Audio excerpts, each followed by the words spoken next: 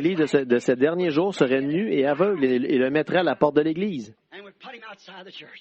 Ils n'ont pas vu l'accomplissement de ces prophéties.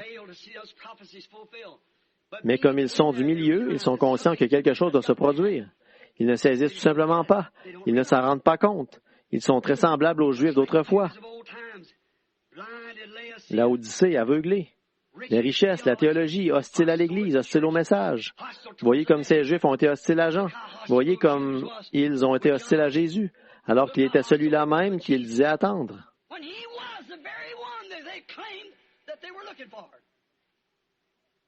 Je crois qu'on a fait sauter un fusible. Je suppose que ça arrête aussi les magnétophones.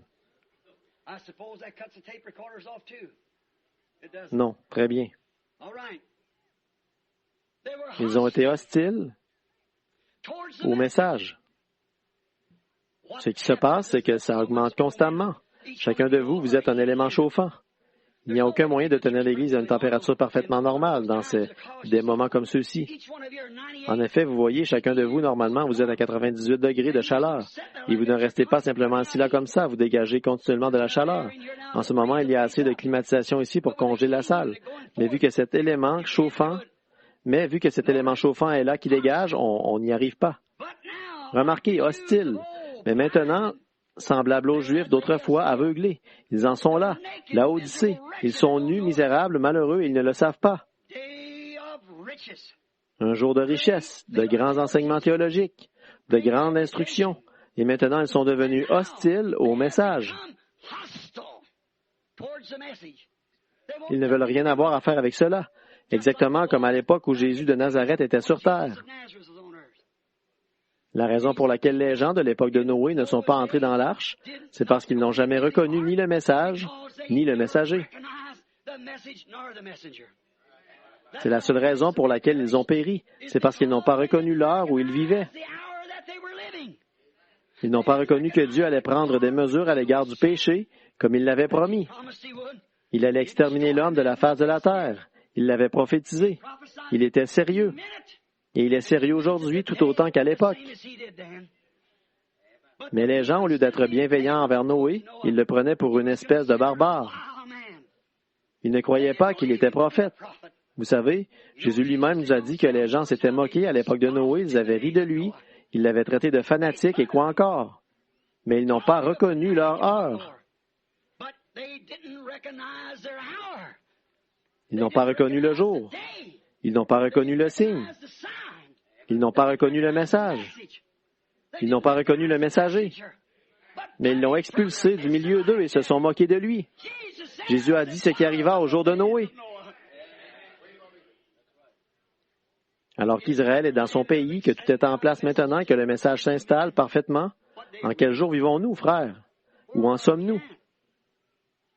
Ils ne savaient pas quel jour c'était. Ils ne savaient pas. C'est pour ça qu'ils ont passé à côté. C'est parce qu'ils ne l'ont pas reconnu.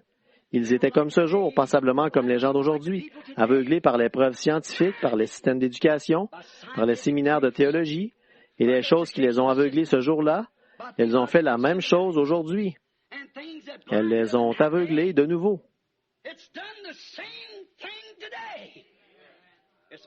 Et aussi, la simplicité du message et du messager. Noé n'était pas un scientifique. Il n'était pas un homme instruit. Il était un fermier pauvre, humble, avec un message simple. Son message était trop simple pour leur grand savoir. C'est pareil aujourd'hui. Dieu simplifie toujours la chose pour parvenir à ceux qui vont croire et mettre leur confiance en lui. C'est différent, simplement un message différent, mais le même Dieu. Or, je veux que vous y croyiez et que vous compreniez que c'est Dieu qui l'a prononcé. Jésus a dit qu'il s'était moqué de son prophète, Noé. Et de même qu'ils s'étaient moqués ce jour-là, de même ils le feront de nouveau à sa venue. Ils allaient faire la même chose. C'est pour ça que Pharaon s'est noyé dans la mer. Il n'a jamais reconnu son jour. Il n'a jamais reconnu ce qui se passait. Il était trop absorbé dans la réalisation de son âge scientifique, à construire des villes avec des esclaves comme main-d'œuvre. Il était trop occupé pour reconnaître l'occasion qui s'offrait à lui. Et il a laissé partir le messager prophète de Dieu dans le désert. Il n'a pas reconnu ce qu'il en était. C'est pour ça que les choses ont pris la tournure qu'elles ont prise. Il n'a jamais reconnu ce qu'il en était. Si seulement il avait reconnu la parole promise de Dieu, destinée à ce peuple-là. Et si seulement les églises d'aujourd'hui reconnaissaient, si seulement les églises reconnaissaient la parole de Dieu qui a fait aux gens cette promesse pour cette heure, ils ne périraient pas.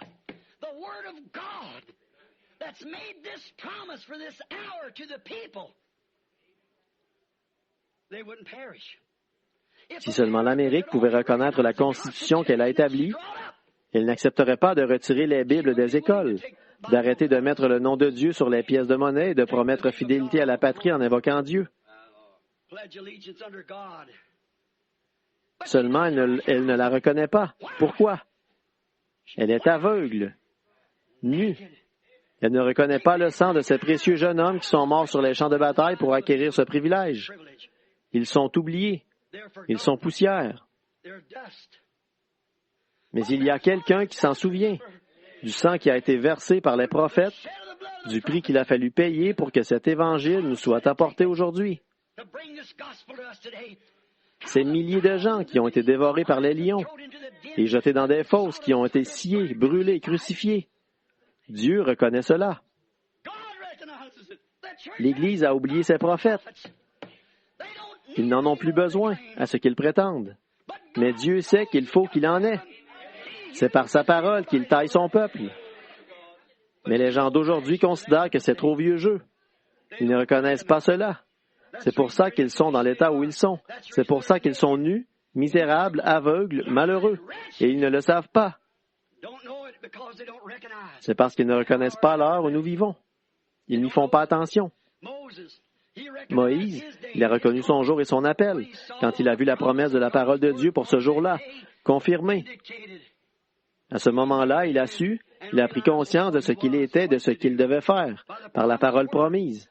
C'est pourquoi il ne craignait pas ce que n'importe qui pouvait dire. Il n'avait pas honte de son message, même si tous les prêtres, tous les pharaons, toutes les autorités étaient en désaccord avec lui. Mais il a reconnu, quand il a vu cette lumière, cette colonne de feu qui était là dans ce buisson, qui lui a annoncé la parole qui avait été promise pour ce jour-là, et qui a dit, «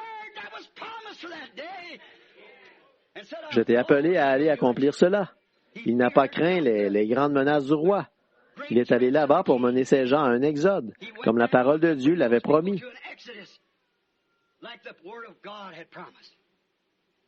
En voyant que la promesse était confirmée, il a préparé les gens à leur exode. Quand? Quand il a vu que la promesse de Dieu était confirmée. Rappelez-vous, avec sa théologie, il avait pris la fuite. Avec sa formation, il avait pris la fuite. Mais quand il a vu la parole de Dieu manifestée, qu'il l'a vu confirmée, « Je suis celui qui suis », alors ce qu'on pouvait dire, ça lui était égal.